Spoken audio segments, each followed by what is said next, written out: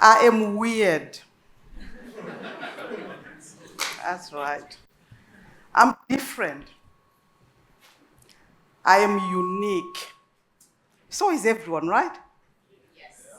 You wouldn't know it looking at me, but a few years back, I was practicing mixed martial arts, even got a black belt until injuries came in and old age, of course.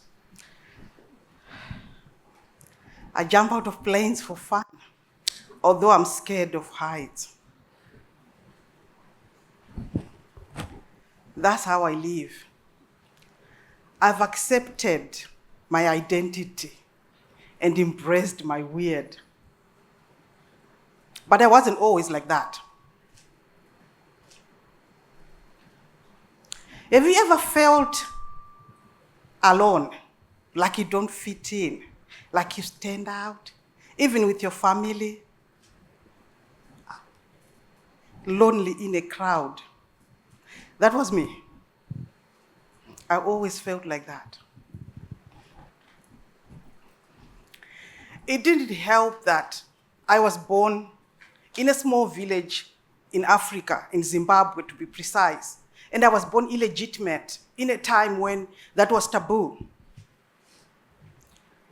There were many names I was called for being illegitimate that I felt like it was my fault that I was illegitimate. I was called names like Mubvandiripo, Mwana asina baba, a child without a father. And I was always weird. I didn't just wake up weird. I was always weird. Weird me, I remember asking my grandmother, so if I don't have a father, did my mom do a married thing? What happened? I would sit and actually think about it. So when they tell me I don't have a father, what happened? How did my mom wake that up? And my grandmother sat me down and said, look, your father is in heaven. That's your dad. So you can talk to your dad anytime. And I felt so special. I mean, everybody else calls him God. I call him daddy. It didn't help that I was born in a society where most people suffer from what do people think syndrome. We were taught as kids, don't do that. What will the neighbors think? What will the church ladies say? And I remember my weird mind asking, so it's okay if they don't know, right? If I do it and they don't know, that's all right. No, it's still bad. So why not teach me that's bad? Instead of what will the neighbors say? Because in my mind I'm thinking, so if I hide and do it, that's all right. That was my society. It didn't help that religion got me all messed up.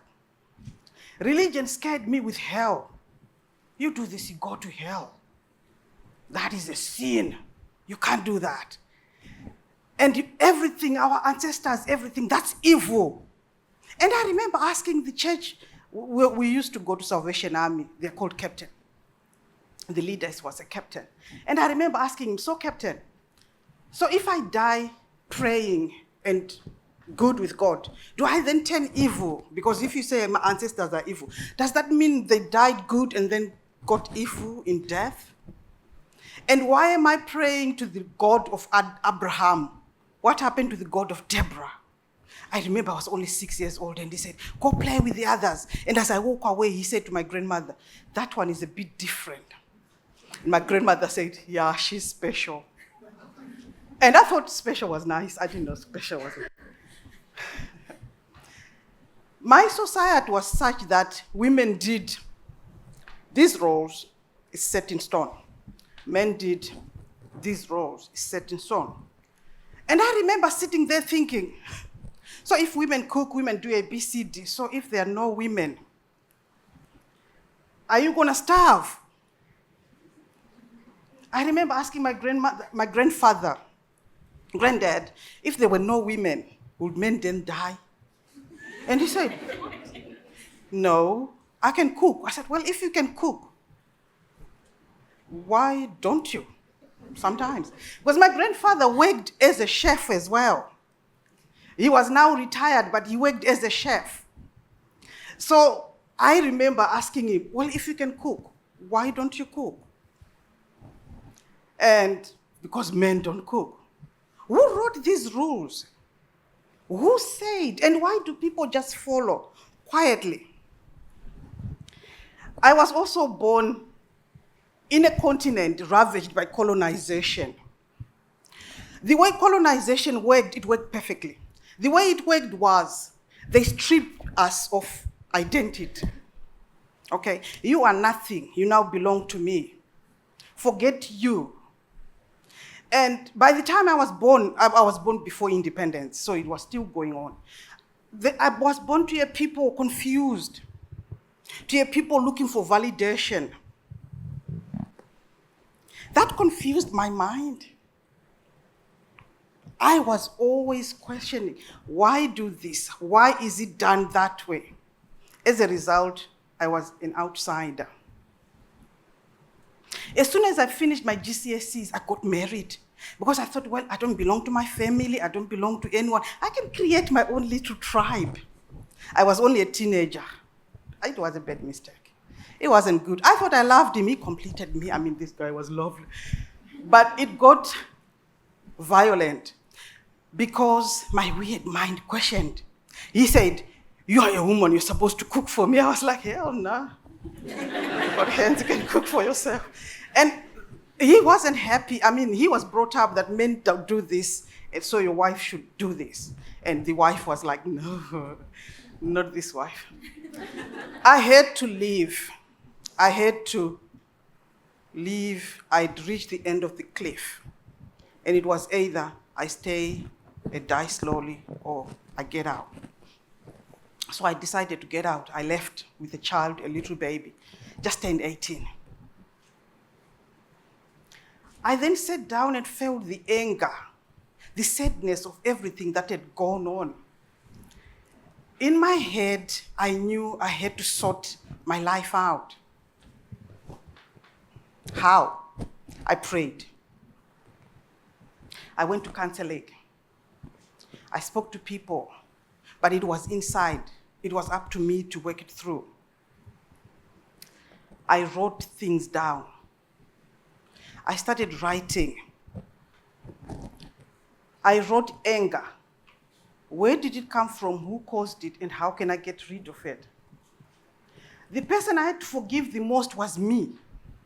I had to forgive myself because I'd carried it that it was my fault I was illegitimate. It was my fault I couldn't fit in. I did try to fit in. I did try. I'll be quiet for 5 minutes and try to be like those nice girls who are like listening. And everybody will say, what's wrong with you? Why are you quiet? Are you ill? I'm like, no, I'm trying to be normal. I worked it out in a year. It was the most painful year of my life, working through that lump in my throat. One by one, I went through the pain. One by one, the anger, the injustice, everything that had happened. I had to deconstruct my life. I had to deconstruct the lump, work it through. When I was done, I was empty. Now what? Who am I? Where am I going? What am I doing? I had to reconstruct. My weakness is my strength. And that takes a lot of honesty to tell yourself you're bad at A, B, C, D. I had to rebuild. Do I want strength? Do I want honesty? Do I want to be a kind person? Do I want to love? Am I tolerant? I had to work that through my personality and accept this is me. My weirdness is what's me. As long as I don't go around being cruel to people, I am a weird person. I've got to embrace that. Once I was done, I felt a happiness. I felt empowered. I felt strong. And I felt I didn't have to apologize. Of course, I lost a lot of friends. A lot of people didn't want to be friends with me. A lot of people walked away from me. But that's fine. I found my tribe. There are a lot of weird people out there. We know each other. This is the thing. When you walk into a room and you're weird like me, you can spot each other. I smile, I see you, I see you. But if you are like me. You still look in the mirror and just see the bad. You go to the mirror, you see large nose, ugly eyes, the hair. And by the time you leave that mirror, you're like, you're not happy.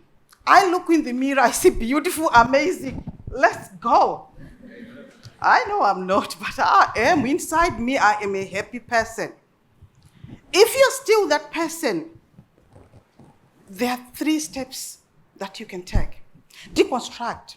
Get rid of whatever caused you to be in that place. Stop trying to find validation.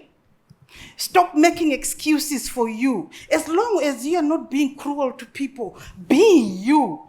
Do you. Those who will want you just as you are. Reconstruct. Work on your strength. Get rid of stuff you don't like. You know the good stuff you don't like. Get rid of that. And this is an ongoing process. It's not a one-day thing. Every day. I'm not happy every day. I do get angry. But with my identity, I now got a reset button. I'll be angry with you for an hour. I'll reset. You know what? It's not worth it. I'm resetting. I'm going back to happy. I've got a refresh. You guys have got computers. You refresh the screen. Refresh the screen. Go back to my normal self. The 3rd step is you find your tribe. You keep your happy. Ladies and gentlemen, are you ready? Yes. Are you ready? Yes. Are you ready to embrace your weird? Yes.